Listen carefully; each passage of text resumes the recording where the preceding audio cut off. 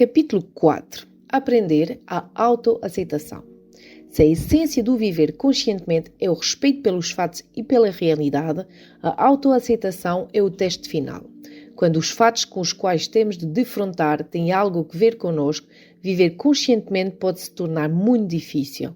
E nesse ponto que entra o desafio da autoaceitação. A autoaceitação exige que focamos nossa experiência com uma atitude que torne irrelevante os conceitos de aprovação ou de desaprovação, a vontade de ver, de saber, de ser consciente. Porém, a autoaceitação não implica uma ausência de vontade de mudar, melhorar ou evoluir.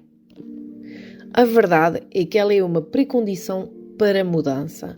Se aceitarmos de fato o que sentimos e o que somos, a qualquer momento da nossa existência, podemos nos permitir ser plenamente consciente da natureza de nossas escolhas e atos e nosso desenvolvimento não será bloqueado. Vamos começar com um exemplo simples. Coloque-se de corpo inteiro diante de um espelho e olhe para o seu rosto e o seu corpo. Observe suas sensações. Provavelmente você vai gostar mais de algumas partes do que outras. Mas se você for como a maioria das pessoas, vai achar algumas partes mais embaraçosas de olhar para muito tempo, porque elas o deixem agitando ou lhe desagradem. Talvez você veja no rosto uma dor que não quer enfrentar, ou haja algum aspecto do seu corpo que lhe desagrada, tanto que você mal pode suportar manter os olhos aí focados. Quem sabe veja os sinais da idade e não suporta os pensamentos e as emoções que esses sinais evoquem. Assim, o impulso é escapar, fugir da consciência, rejeitar, negar, repudiar os aspectos do seu ser. Continue olhando para a sua imagem no espelho por mais alguns momentos e experimente dizer a si mesmo, seja quais forem os meus defeitos e as minhas imperfeições, aceito-me sem restrições. Continue-se olhando, respire profundamente e repita isso por 1 ou 2 minutos sem apressar o processo. Permita-se vivenciar plenamente o significado das palavras. Você poderá ver-se protestando, mas eu não gosto de certas coisas no meu corpo. Como posso aceitá-lo sem restrições? Contudo, lembre-se, aceitar não significa necessariamente gostar. Aceitar não significa que não podemos imaginar ou desejar mudanças e melhoras. Significa viver sem negação, que um fato é um fato. Neste caso, significa aceitar que o rosto e o corpo no espelho são o seu rosto e o seu corpo e que eles são aquilo que são. Caso você persista, caso se renda à realidade, à consciência, e é isso afinal o significado de aceitar, poderá notar que começou a relaxar um pouco e talvez sentir-se mais confortável consigo mesmo e, portanto, mais real. Embora você possa não gostar de tudo o que vê quando se olha no espelho, ainda será capaz de dizer, neste exato momento, este sou eu e não nego este fato. Eu aceito. Isso é respeito pela realidade. Faça esse exercício durante 2 minutos todas as manhãs e todas as noites e em muito pouco tempo vai começar a ter uma relação que existe entre autoaceitação e autoestima. Uma mente que honra o que vê, honra a si mesmo. E você vai fazer uma descoberta importante. Não apenas vai estar numa relação mais harmoniosa consigo mesmo, não apenas vai crescer com autoconfiança e autorrespeito, como se houver aspectos da sua pessoa que você não aprecia e cuja modificação está no seu alcance, vai estar mais motivado a fazer estas mudanças, pois agora aceitou os fatos como eles são. Nós não somos motivados a mudar as coisas cujas realidades negamos. Nossa autoestima não é função do nosso poder de atração física, como imaginam ingenuamente algumas pessoas. Porém, nossa boa ou má vontade para ver e aceitar a nós mesmos tem consequências para a autoestima. Nossa atitude em relação à pessoa que vemos no espelho é apenas um exemplo da questão de autoaceitação. Vejamos outros. Suponha que você está prestes a falar para um grupo de pessoas e está assustado. O que está prestes a entrar numa festa em que conhece apenas poucas pessoas e sente-se inseguro ou envergonhada. Você fica perturbado pela sua ansiedade e tenta combatê-la da maneira como faz a maioria das pessoas, tensionando o corpo, prendendo a respiração e dizendo a si mesmo: não fique assustado ou envergonhada. Essa estratégia não funciona. Na verdade, ela piora o seu desconforto. Seu corpo está agora enviando ao cérebro sinais de alerta, de emergência, sinais de perigo, os quais você, de maneira típica, vai reagindo, combatendo ainda mais ferozmente e a inquietação com tensão, privação de oxigênio e talvez com raiva e autocondenação. Se está em guerra consigo mesmo, talvez você não saiba o que fazer além disso. Ninguém nunca lhe ensinou e você nunca aprendeu que existe uma alternativa estratégica muito mais útil, é a estratégia da autoaceitação. Nessa estratégia você não combate a sensação de angústia, você a respira e aceita. Talvez diga a si mesmo: puxa, estou com medo. Então respira fundo, concentra-se na respiração suave e profunda, muito embora seja difícil de início e possa continuar assim por algum tempo.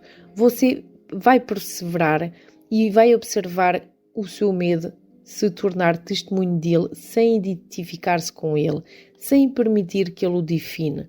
Se estou com medo, estou com medo, mas não há razão para ficar inconsciente. Vou continuar usando meus olhos, vou continuar a ver. Você poderá até optar por conversar com o seu medo, convidando-o a contar qual é a pior coisa que poderia acontecer, para que também isso possa ser enfrentado e aceito. Uma estratégia que tenderá a tirá-lo das fantasias que o atormentam e levá-lo a uma realidade muito mais agradável.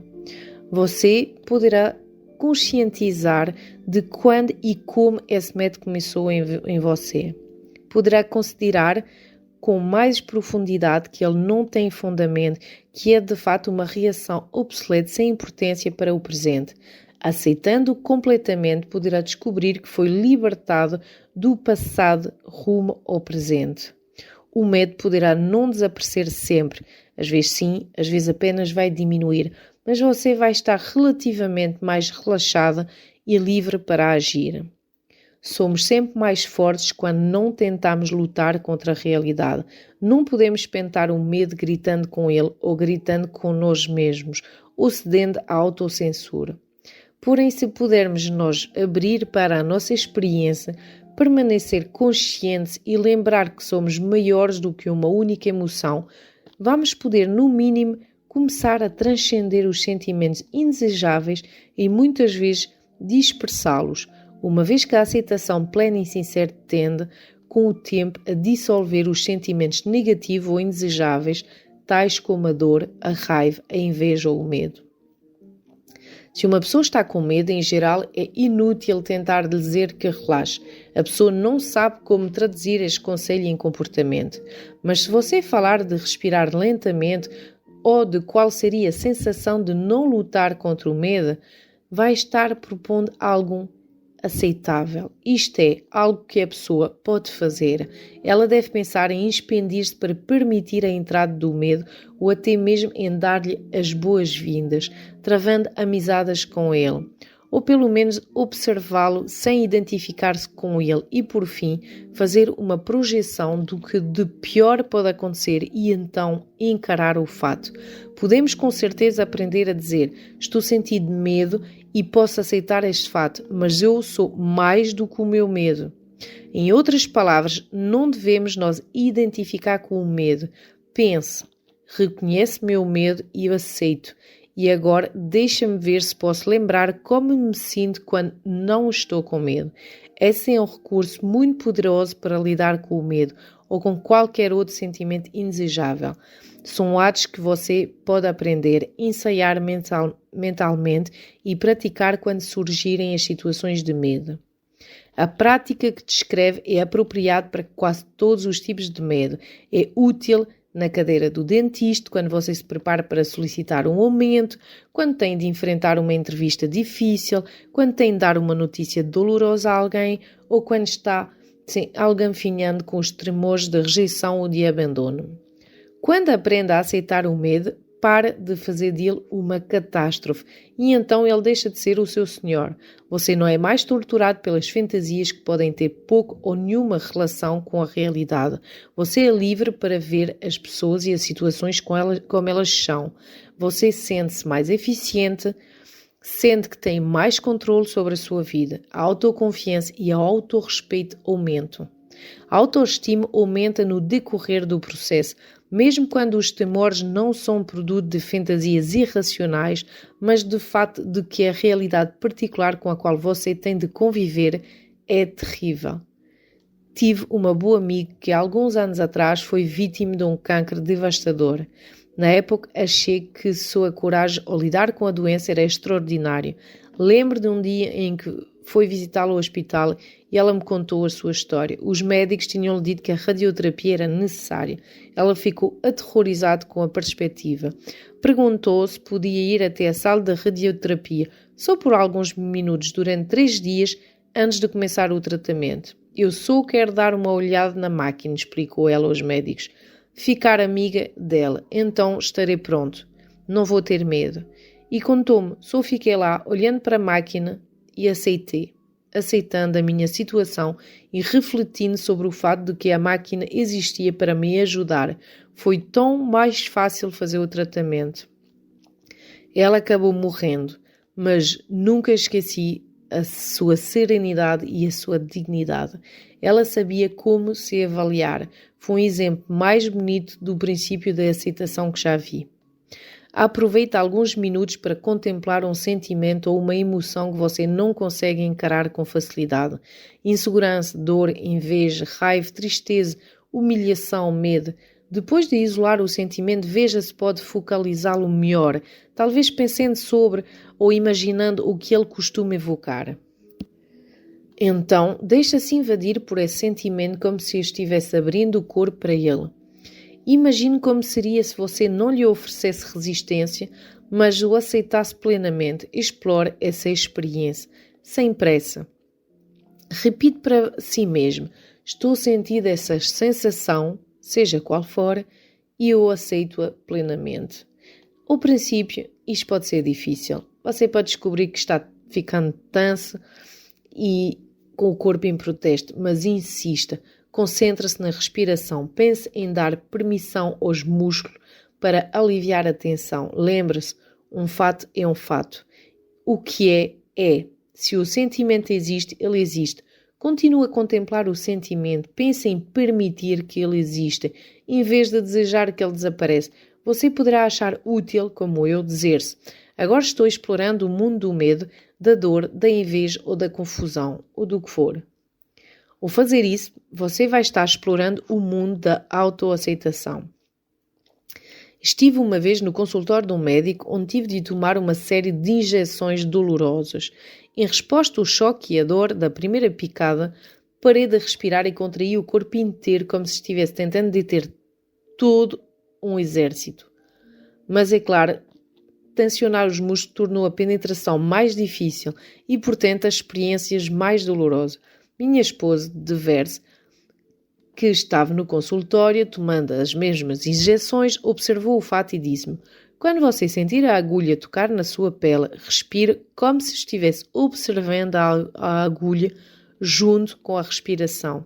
Imagine que está dando as boas-vindas à agulha. Percebi então que isso era exatamente o que eu estava ensinando as pessoas sobre o que fazer com as emoções e assim fiz o que Devers me propunha. A agulha entrou quase sem incômodo. Eu aceitei a agulha e as sensações resultantes em vez de tratá-la como uma adversária.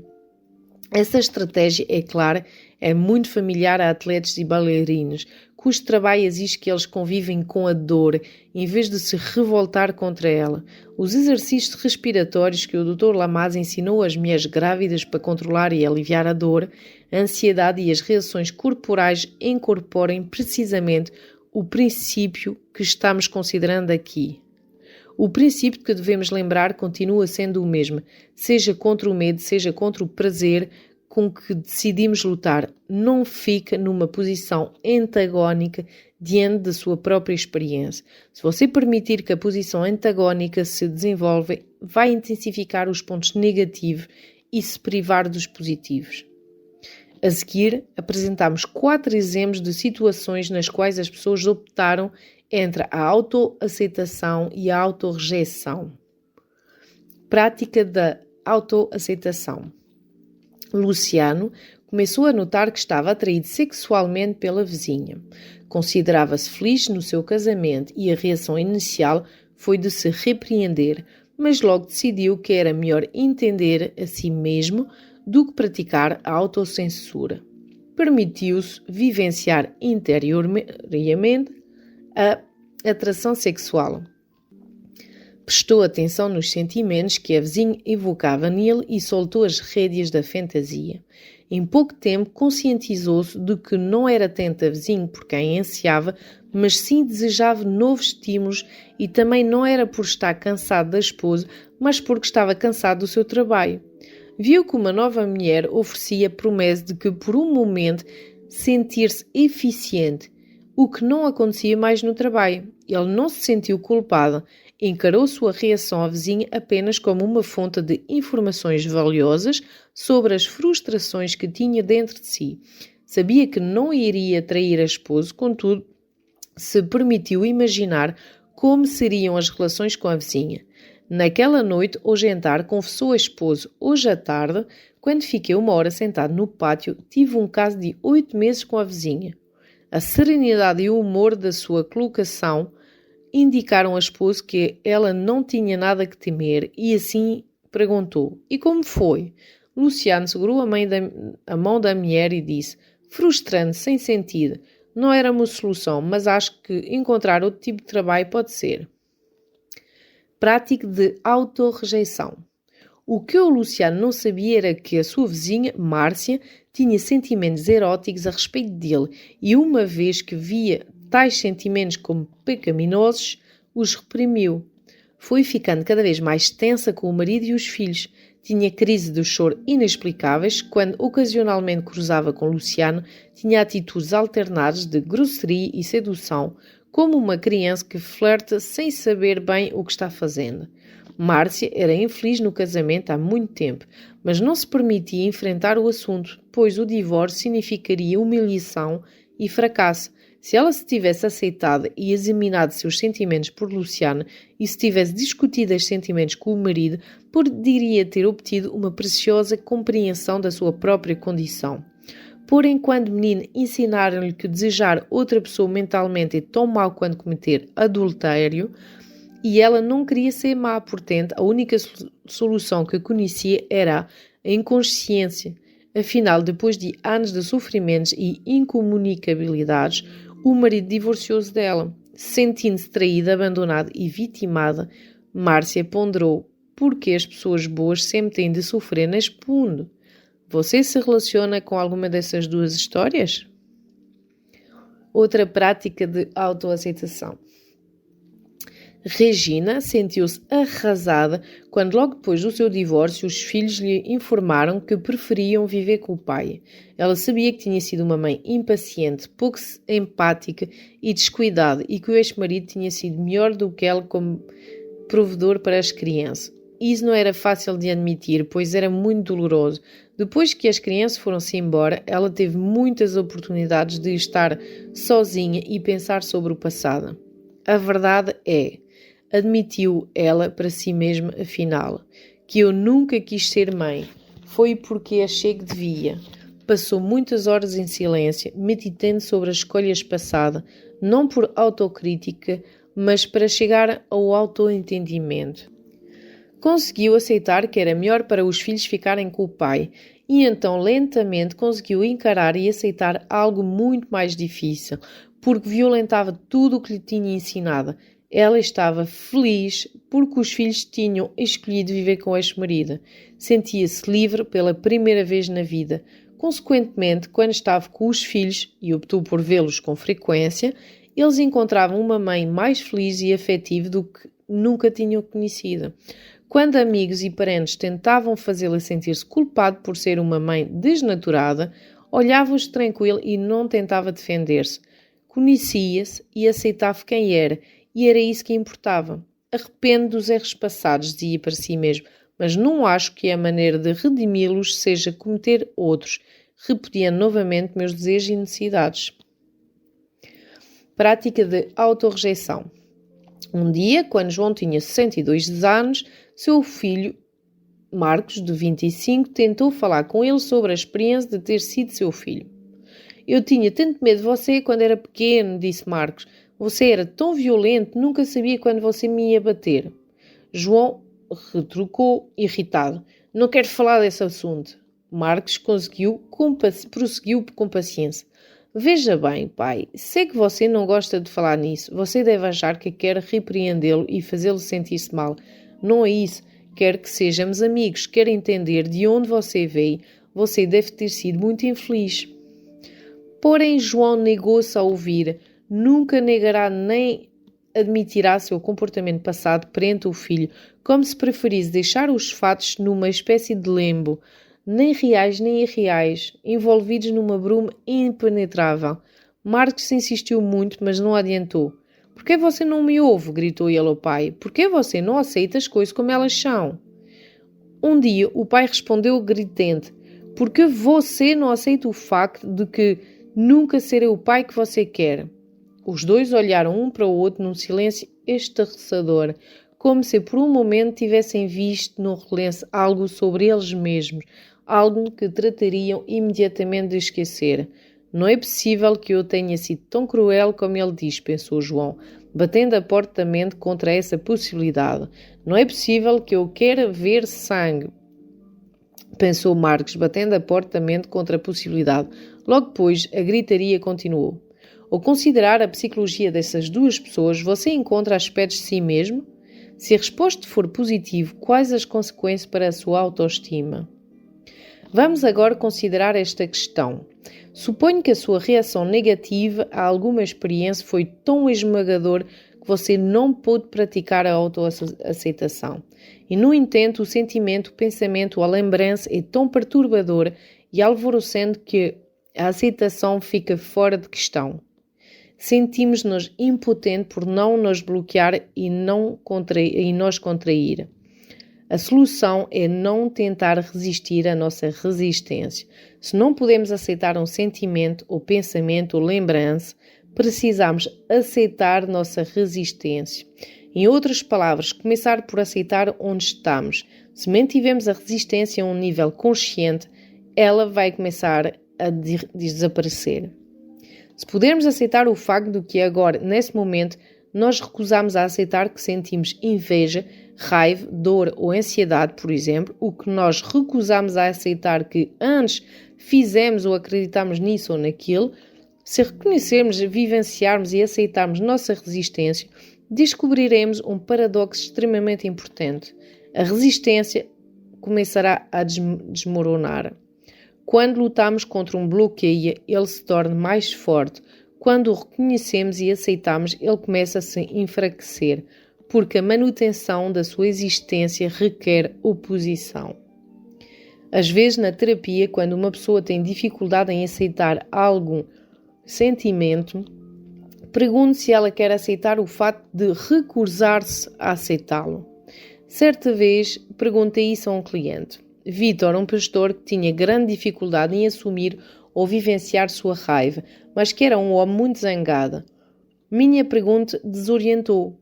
Se eu aceito que não aceito minha raiva? Perguntou ele. Eu sorri e disse, isso mesmo. Ele trovejou. Recuso-me a aceitar minha raiva e recuso a aceitar minha recusa. Dei risada e perguntei, você aceita sua recusa e aceitar sua recusa? Ora, precisamos começar de algum ponto. Vamos começar por aí. Pedi-lhe que encarasse o grupo e dissesse, não estou zangado várias vezes seguidas. Logo, ele estava dizendo isso de um jeito realmente muito zangado.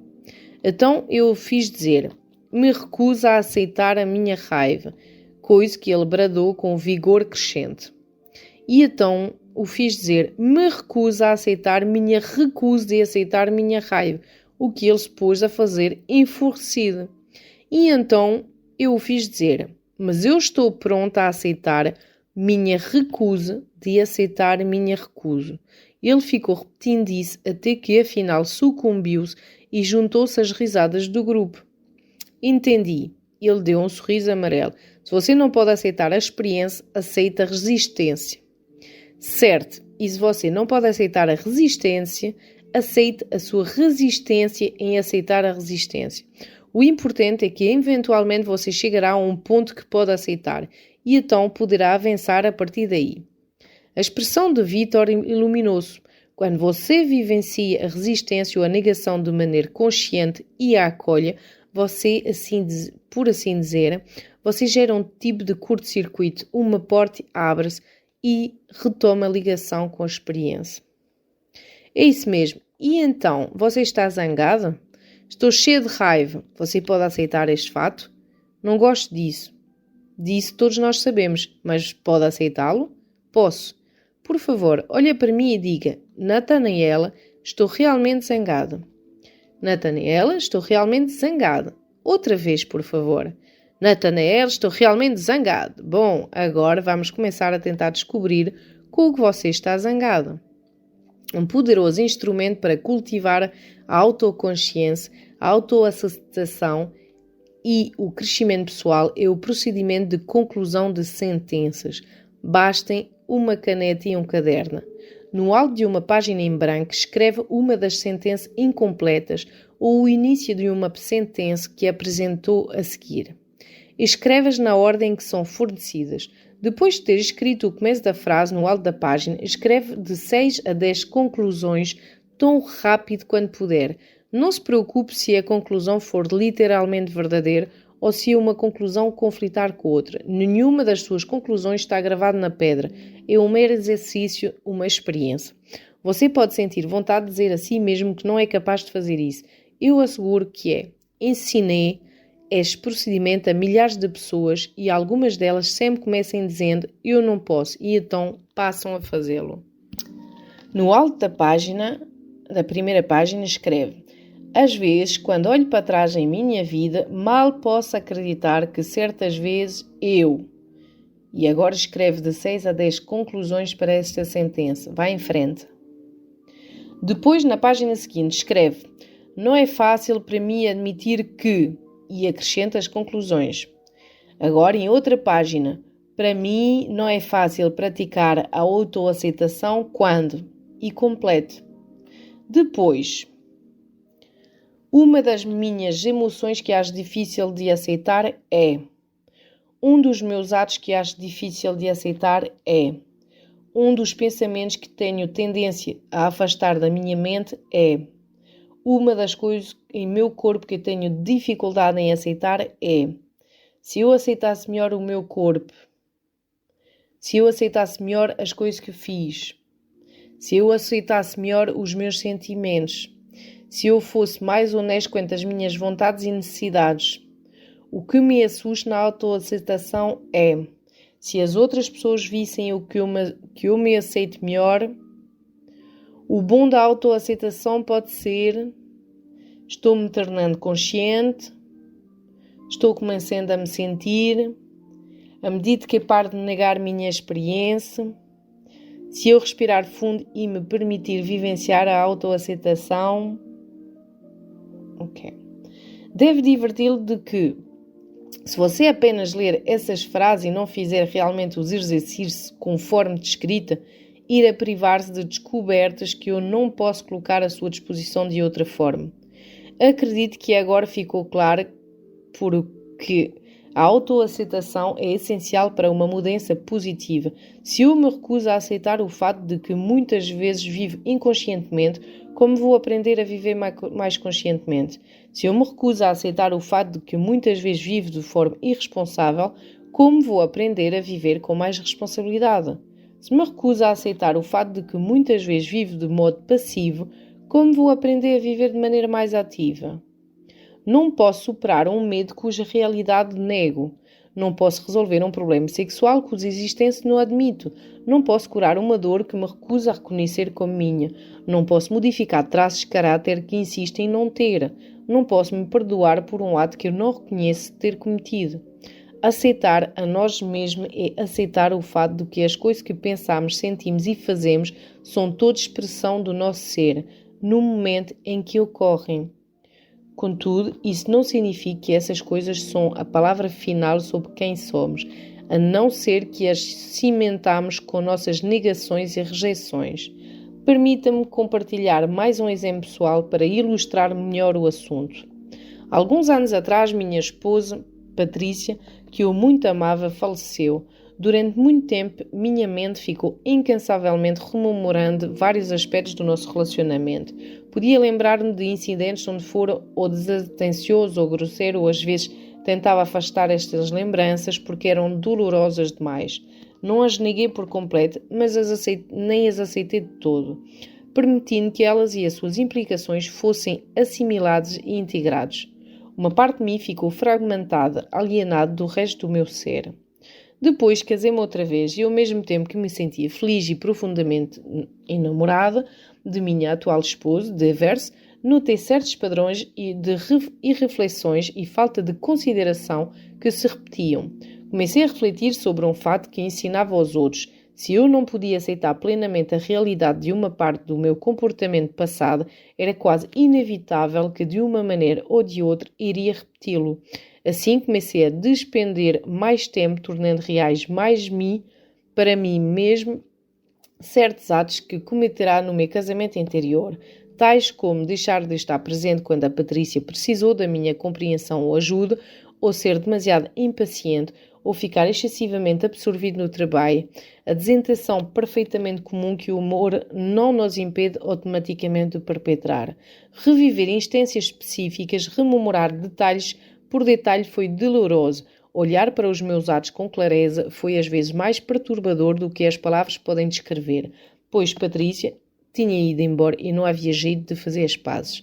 Todavia, eu sabia que se persistisse, e é claro, se conseguisse a mesma nitidez com relação ao meu comportamento no atual casamento com Devers, duas coisas iam acontecer. Eu ia me sentir mais desintegrada e teria menos probabilidade de repetir atos dos quais poderia me arrepender.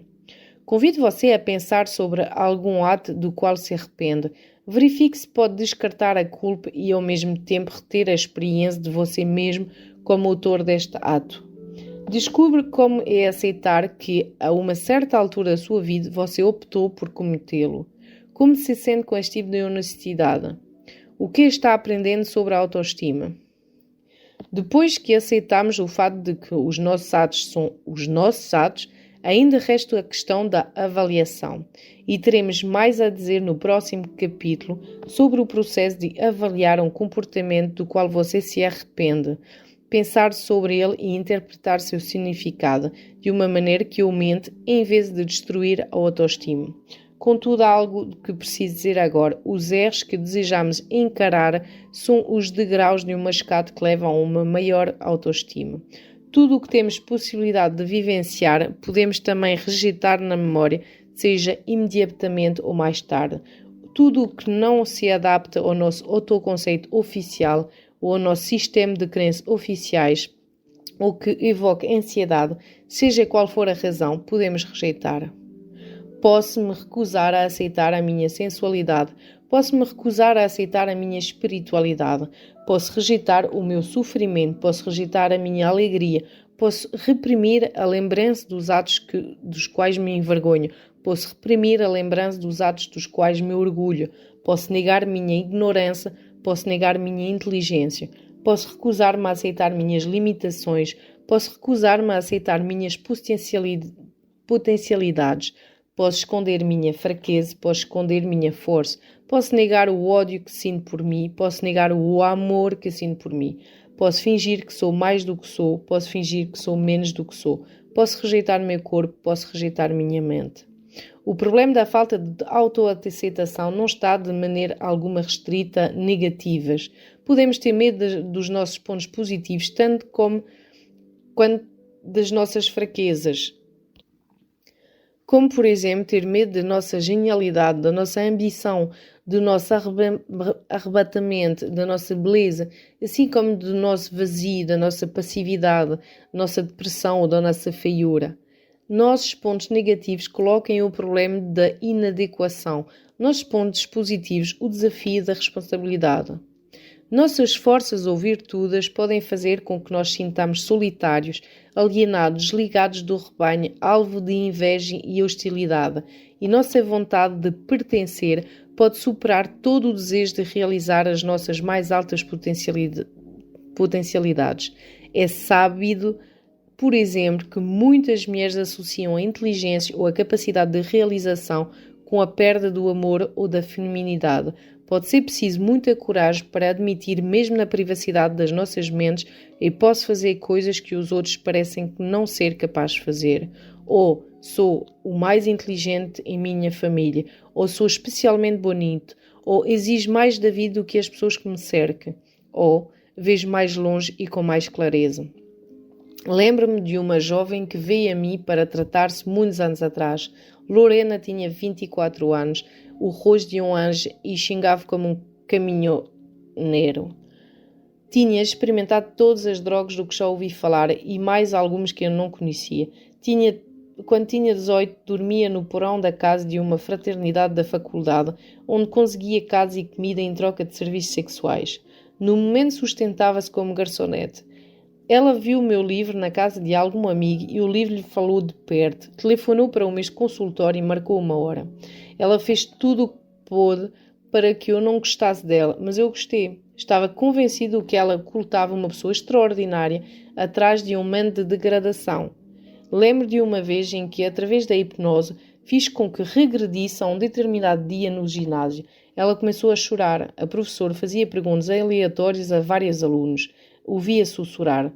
Deus, por favor, se ela me questionar, faça com que eu não saiba a resposta.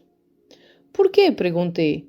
E ela respondeu, porque eles te odeiam. Eles odeiam quando você sabe demais. Eles odeiam se você é esperto demais.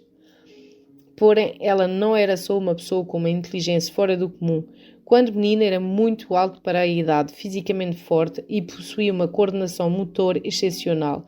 Podia praticar quase todos os esportes, melhor do que a maioria dos meninos, para raiva e humilhações dos irmãos mais velhos que batiam nela e atormentavam-na e ridiculizavam-na. Sem melhor olhar para um livro, era uma aluna exemplária. Na cidadezinha onde vivia não havia ninguém como ela, ninguém com quem conversar. Sentia-se odiado pela família, odiado por suas virtudes, não por suas fraquezas. Quando adolescente, partiu para um processo sistemático de autodestruição, como vingança contra a família e ao mesmo tempo como um grito de socorro.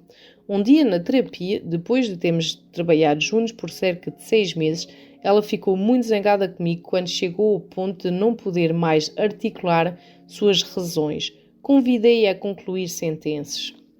O que me incomodava em você, Nathaniel, é que você acredita em mim, que você se recusa a me ver como depravado, que você me faz sentir minha dor, que você me faz sentir que há esperança. Agora ela já estava meio chorando, meio fogando, continuou. Que você me faz acreditar em mim mesmo, que você me trouxe de volta à vida, que você não me vê como os outros, que eu odeio você. Agora ela já soluçava descontroladamente. É tão difícil, gritou ela. O quê? Ela olhou para mim com os olhos assustados, esperançosos de um animal. Admitir que as coisas que você vê estão aí, que você está certo, que eu sou inteligente, que sou especial, que eu sou boa. Mesmo agora, 2 décadas depois, aquele momento permanece comigo como uma das grandes recompensas por ser um psicoterapeuta. O momento em que se vê um ser humano reunir coragem para admitir e aceitar a sua própria glória. 1 ano e meio depois de iniciar a terapia, ela já estava estudando redação criativa na Universidade da Califórnia. Poucos anos depois estava ganhando a sua própria vida como jornalista e estava casada. Quando uma vez encontrei-me com ela, por acaso na rua, 1 ano depois dela ter deixado a terapia, não a teria reconhecido se não tivesse se aproximado de mim e me cumprimentando com um olá. Estava bem vestido, segura de si, irreversivelmente alegre. aparentemente intocado pela tragédia. Não sei se você se lembra de mim, mas eu lembro de você. Eu hesitei um momento. Você é Lorena? Eu mesma. Como é bom ver você! Você sabe quem é você, Nathaniela? Quem sou eu? Você é o homem que se recusou a me atender como uma vadia e prostituta. Você me viu como alguém especial e fez-me ver isso. Puxa, houve momentos que eu odiei tanto. Aceitar quem eu era, quem eu realmente era, foi a coisa mais difícil que tive de fazer em toda a minha vida. As pessoas sempre falam sobre como é difícil aceitar os próprios defeitos.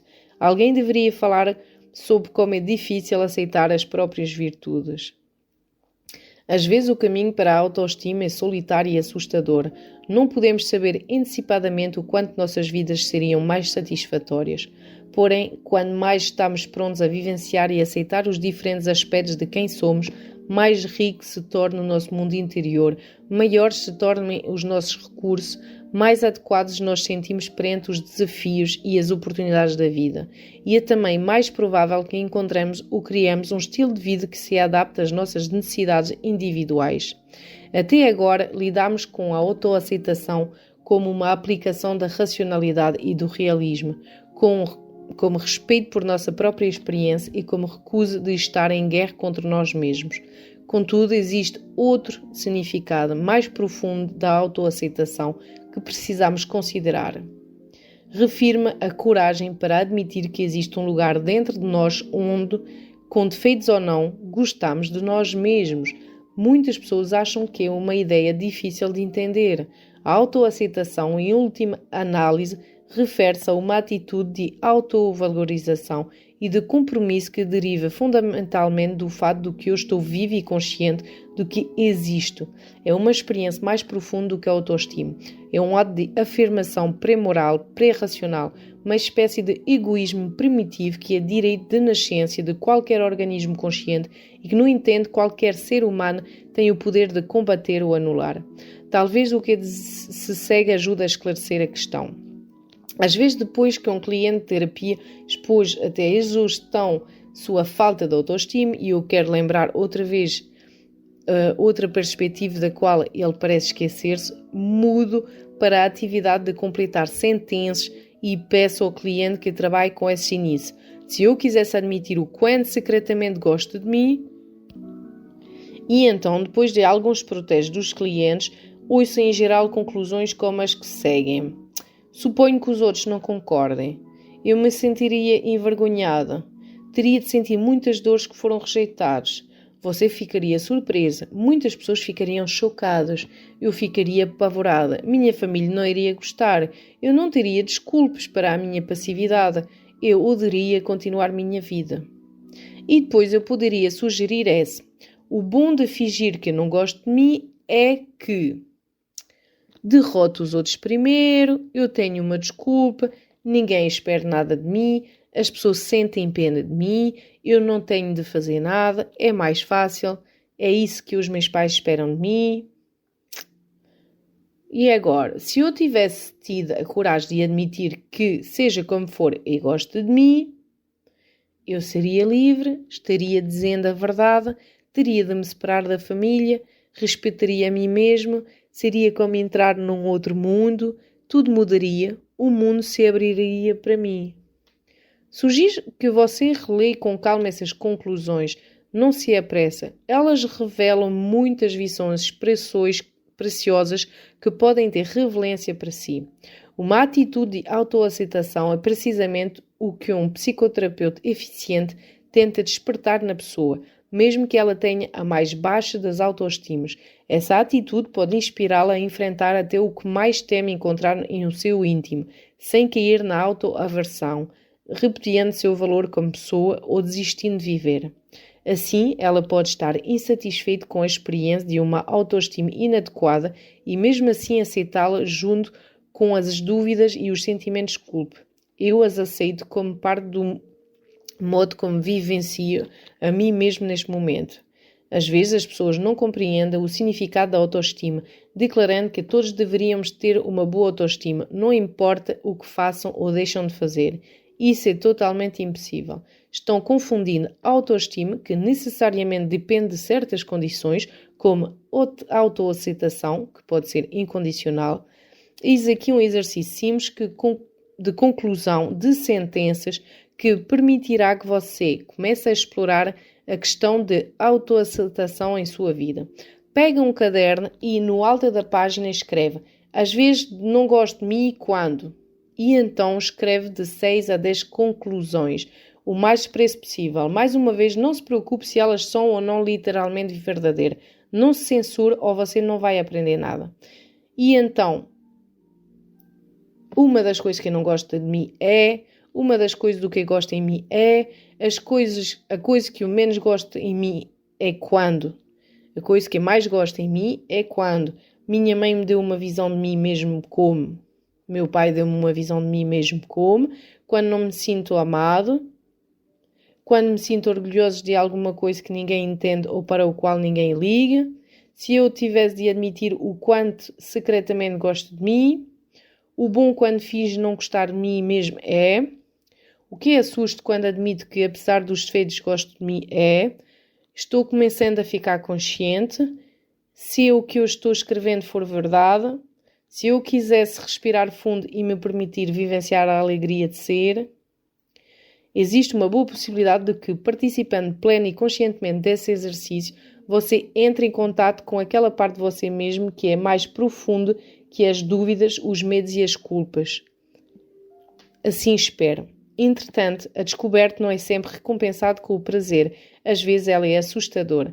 Às vezes você quer fugir dela, recusar-se a aceitá-la, por causa de algum conhecimento intuitivo que diz que aceitá-lo por completo é quase irreversivelmente enfrentar a responsabilidade de viver de forma consciente. Mais de um cliente em terapia protestou: se eu aceitar o facto do que gosto de mim, terei de me comportar de forma diferente. Ou se eu aceitar o facto que gosto de mim, terei de permanecer demasiado consciente. Porém, quando você é incapaz de viver conscientemente, e esse é um dos fatos mais importantes da psicologia humana, o nível mais profundo e mais primitivo do seu ser tende com efeito a voltar-se contra você, gerando dor a nível da autoestima. E esse eu mais profundo que ofendemos quando negligenciamos a integridade que uma autoestima positiva requer. Se não tenho a lealdade de dar apoio a um amigo, esse amigo sente-se traído por mim. Da mesma forma, se não tenho a lealdade de dar apoio a mim mesmo, o que significa ter coragem de saber que eu gosto de mim e que assumo esta responsabilidade, eu também vou me sentir traído, mesmo que não seja capaz de explicar o meu sentimento ou de falar da minha experiência. Se você recapitular o material contido neste capítulo e os exercícios que fez, ficará certamente impressionado com o facto da sua autoaceitação ser melhor em certas áreas que em outras. Você pode aceitar alguns dos seus atributos físicos, pensamentos, sentimentos ou atos, enquanto nega ou rejeita outros. Faça uma lista de 6 fatos sobre você mesmo que tenha dificuldade em aceitar plenamente. Isto pode exigir-lhe um desafiador nível de honestidade. Lembre-se de que aceitar não significa gostar. Depois escreve em seu caderno: o difícil quanto à aceitação de, completo, é, e escreve de 6 a 10 conclusões. Faça então o mesmo com se eu tivesse de aceitar, completo, completamente, e depois se os fatos demonstrassem que a verdade é a verdade, aceitando ou não, e depois estou ficando consciente. Escreve. Talvez agora esteja mais claro para você que a autoaceitação é verdadeiramente um ato heroico. O que significaria na prática se nos próximos 7 dias você se comprometesse a fazer uma experiência por dia com novos exemplos de autoaceitação?